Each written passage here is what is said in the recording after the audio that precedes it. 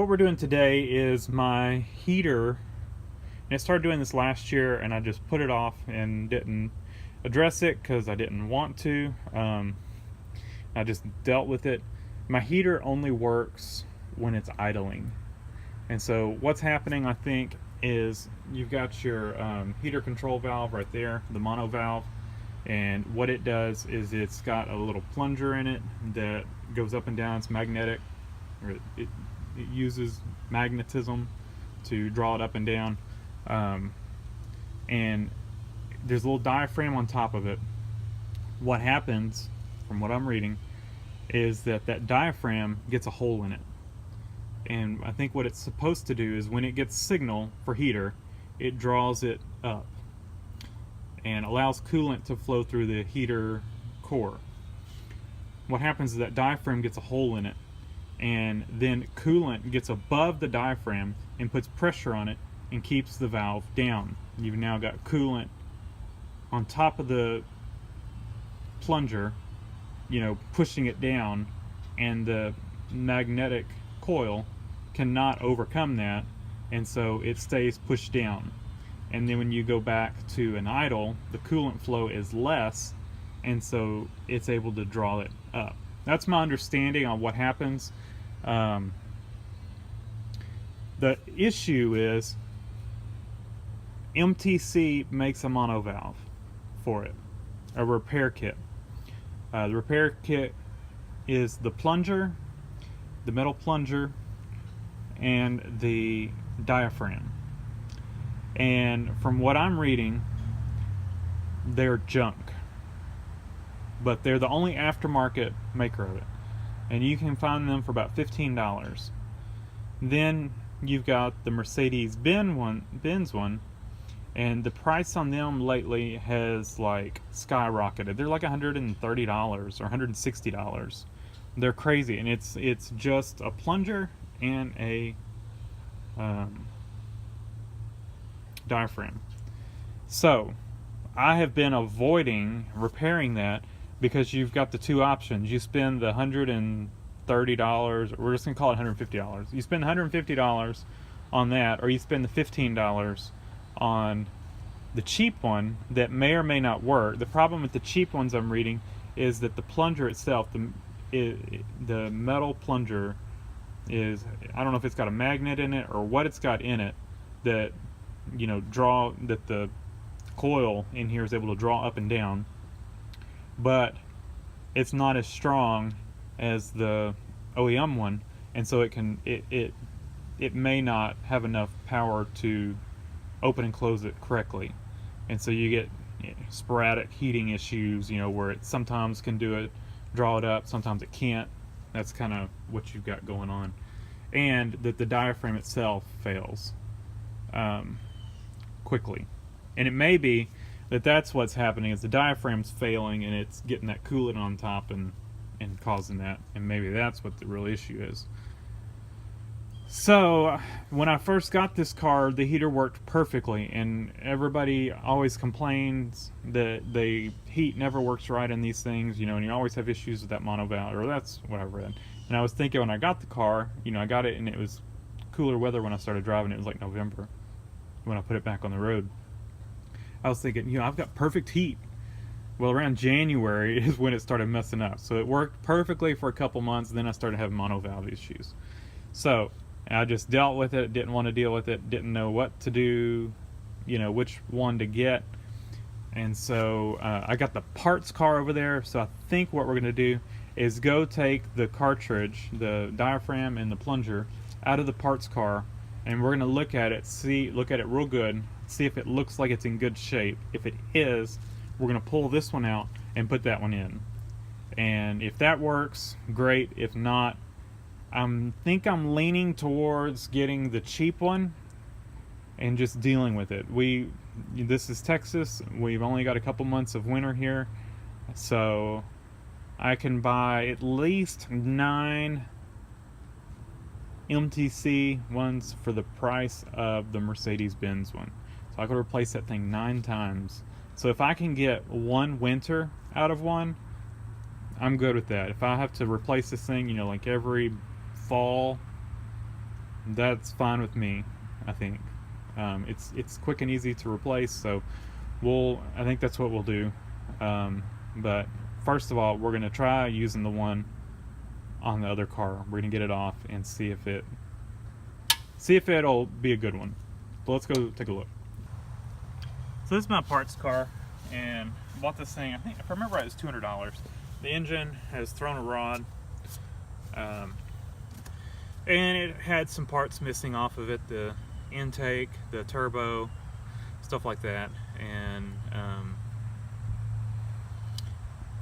so we've got quite a few good parts on it, but like I said, a lot of stuff is missing off of it. It does look like it has a good Bowden cable, so if the epoxy won't fit the other one, or fix the other one, maybe I can swap the cable. In previous video, I mentioned mine's got a crack in it. So this is the Monovalve. I'm going to try not to unbolt it. I'm going to try just to take this windshield molding off right there. We're going to unplug it, and I think I can get to the screws here.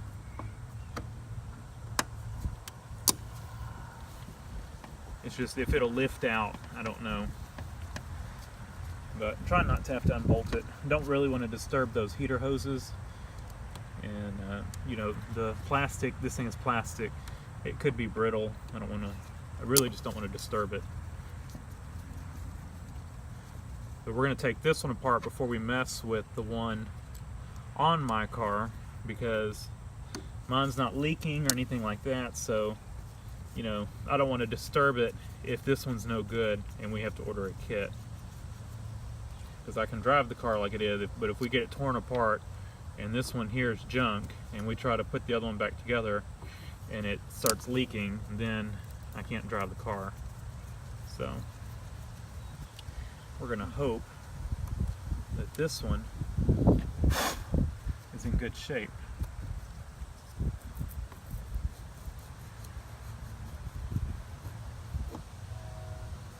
Alright, so there's the little magnetic coil, and I've never had one of these apart. So there's I guess that would stay in there, stay with that part of it, and that stays in there. And then here we've got the Monovalve itself. So you've got these flat washers and then the valve itself. This one looks to be in good shape. We're going to have to clean it up a little bit, but there's that diaphragm and it looks like it's in good shape. So I don't see anything on it. This surface here looks good too. I don't know if this is a OEM Mercedes one or if this is an aftermarket. I don't see any writing on it, so I think we're just going to let it, we're just going to try it. So we're going to put this all back.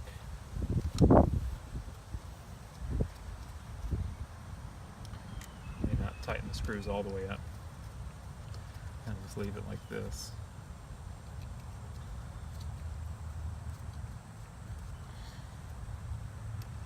But yeah, one of the best things you can do if you've got one of these cars is just go buy a parts car. You can get one cheap, like this one's $200. And I do have a title on it, but the title's been signed over. It was signed over to the previous owner, so it's got his name and stuff on it. So in Texas, the only way to get around that would be to have, I guess you get like a bonded title or whatever, but he would have to transfer it into his name and then sell it to me, and then I could transfer it into my name. And so it's just a huge hassle. He would have to pay back fees on it because they penalize you if you don't transfer it in such amount of time, you know. And you know, he owned this car for quite a while when it was still in the other person's name, so he should have transferred it into his name, because it is dated too on the back. They signed it, put the buyer's name on it and the date that it was sold, and so you're kind of screwed. So it's also got quite a bit of rust in the floors. It's worse than mine. Oh, the bottoms of the doors are rotted out in this one. So it looks better than mine, but it's actually rougher than mine. And of course, it needs a motor. But we've probably got a good transmission in it because it was driving at least until the motor locked up on it. So I'm gonna put the hood back on it, and we'll go take my monovalve apart. Well, we'll clean this one up first, take a closer look at it, and then we'll take mine apart. It's starting to rain, so I'm gonna try to hurry here. I took the cap off just to make sure there's no pressure. I'm gonna put it back on so it'll kind of keep a, I'm not gonna say a vacuum, but it's gonna be less likely for stuff to come out because it's not gonna be able to get air. It's not gonna be able to pull air. That's my theory. And I'm hoping I can get this one out and get the other one in without too much coolant leaking out. So we're gonna go ahead and pull this strip off here. The clip just fell. I guess it was in the, I wonder if this, I don't know what that was for. Don't know, but I do see this. It's supposed to go up here like that. I was thinking it might be for that. I don't know where it went. We'll save that. Alright, so let me go get the other valve. I've got it all cleaned up, and we'll start taking this one out. So it's raining. I figured while it's raining, while I'm waiting for it to slack up, I would show you all this. Got it kind of cleaned up. I put the washers and stuff on the wire wheel, cleaned them up just a little bit, got the heavy stuff off. I did not put this on the wire wheel. I just kind of cleaned it up. I didn't want to risk, getting into the rubber here. What this thing does, it's got, when that electromagnet, when it gets power, it pushes this out, and then I guess it blocks off a coolant passage or something like that. But I guess this diaphragm gets a hole in it, and it gets coolant up in here, and it pushes this thing, or it pushes it back up to where it can't push it down. I think that's what happens. Because it would get power and it would go like that. So I'm looking at this diaphragm. It looks to be in good shape to me. I mean, it could have just a tear in it that I can't see, but I guess we'll take a look at it together. In fact, let's zoom, y'all, and maybe we'll turn the light on. Alright. So looking at that,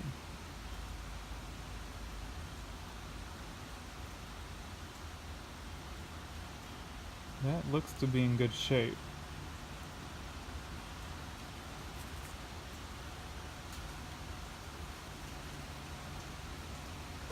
I have no idea. I can't find any part numbers on this thing. Oh wait, there we go. So this is a Mercedes-Benz one. So we're gonna run it, and hopefully it's in good shape. I've just got to wait for that to stop, and we'll pull the old one off. We'll see if it's a Mercedes-Benz one as well. So I don't know if this is the original or if it's a replacement. Hoping it's a replacement and it's not, 35 years old. So as soon as the rain stops, we'll swap this one in. Alright, hopefully y'all stay put there. I've got the other one. We're going to try to do this quickly, like I said, so that we don't lose coolant. I'm going to pull this off and go ahead and loosen these screws up.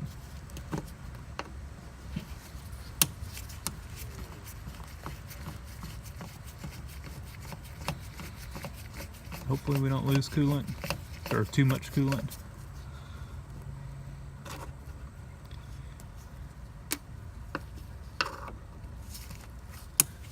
it's a pretty high spot, so if we lose some, I don't think we'll lose too much. And I guess if you wanted to, you could drain, you know, a gallon or so out, and that would probably take care of it. But we're gonna see if we can do it and maybe just lose a pint.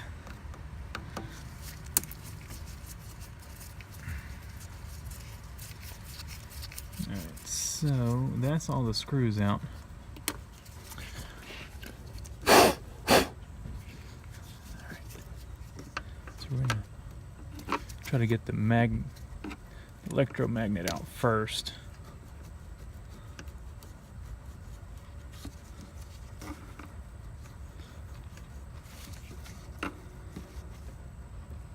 Oh, this metal piece is, looks like it's broken on this one. Oh, come on. There we go. Yeah. This is broken. No, it's not. That's the, okay. It's like it's supposed to be.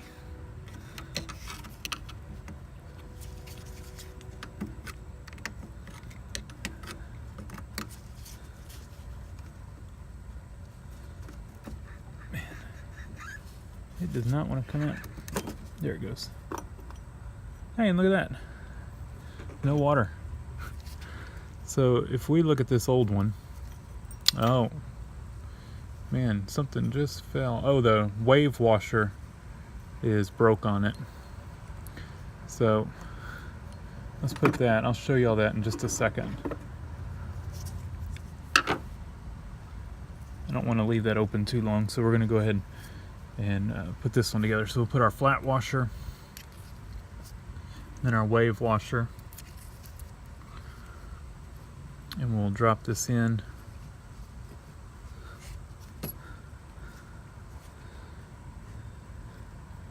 And then I'm gonna just wipe this down real quick.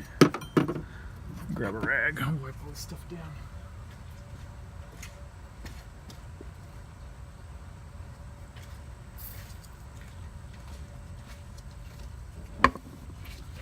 We're just going to wipe this stuff down real quick. We'll drop that in there.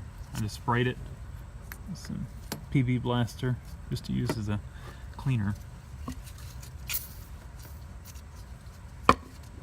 Works pretty good. Just get kind of got that like crystallized powder stuff on it. Just get that stuff off. And there is there a notch in here? There's no notch. Okay. This had a notch in it, and the notch was facing about that position. So that's where we'll put it back. It doesn't look like it really matters because there's no notch in this piece. Like I said, this thing barely came out of here. Come on. There we go.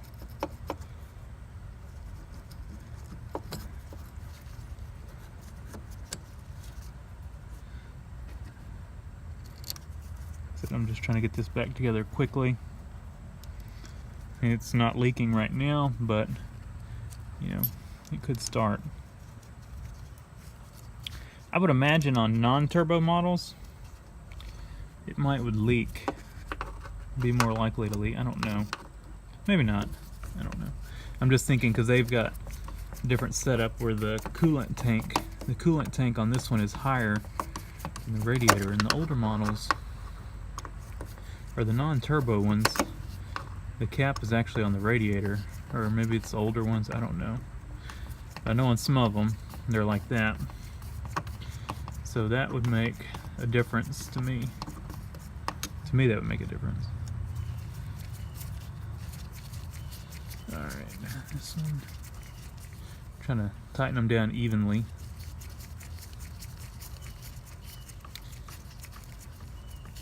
And the good thing is that one we put in is a genuine Mercedes-Benz Monovalve. And like I said, it appeared to be in good shape. Let's see how rough this one is the wave washer broke in two, and that diaphragm is definitely torn. And let's see.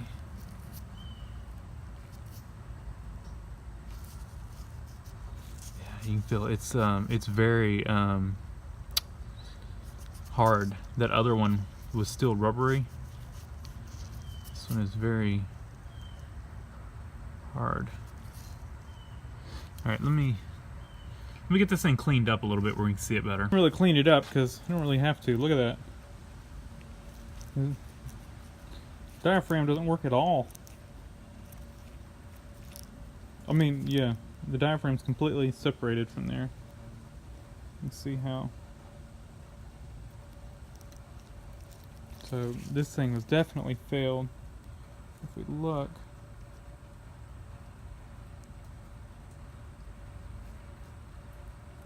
you know, and just because that other one said MB on it, it may not have been.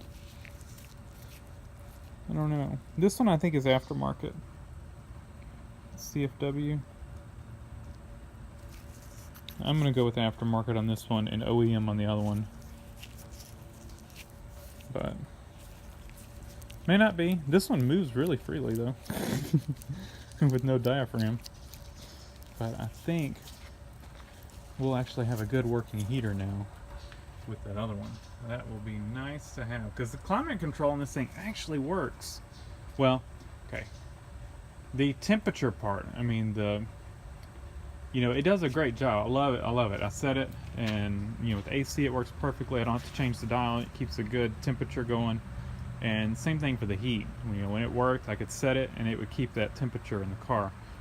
What doesn't work, of course, is I've got the vacuum disconnected for all the different vents, so it just blows out the vents and the defroster, the two side vents and defrosters. I guess that's a good compromise for now, but we will address that at some point. I think I'm gonna have to pull the dash to do it, so kind of been dreading that. But I'm hoping I've got what vacuum pods are bad on this one, hoping will be good on my parts car. So thanks for watching. We didn't lose any coolant, so we're good.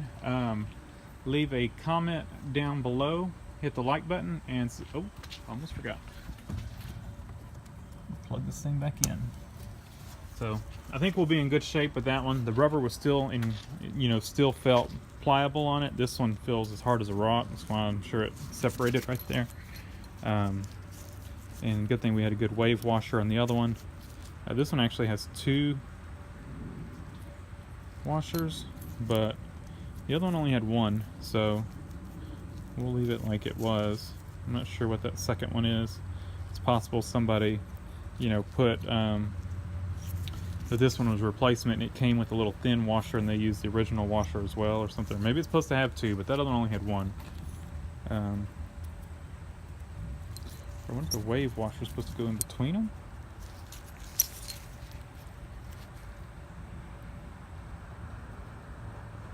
I don't know, but it had that big thick washer that goes on it too, so I don't know. Should be good like it is. We'll save this in case we ever need one of those washers or something, or if we need to take a look at this maybe. I don't know. Probably no reason to save it, but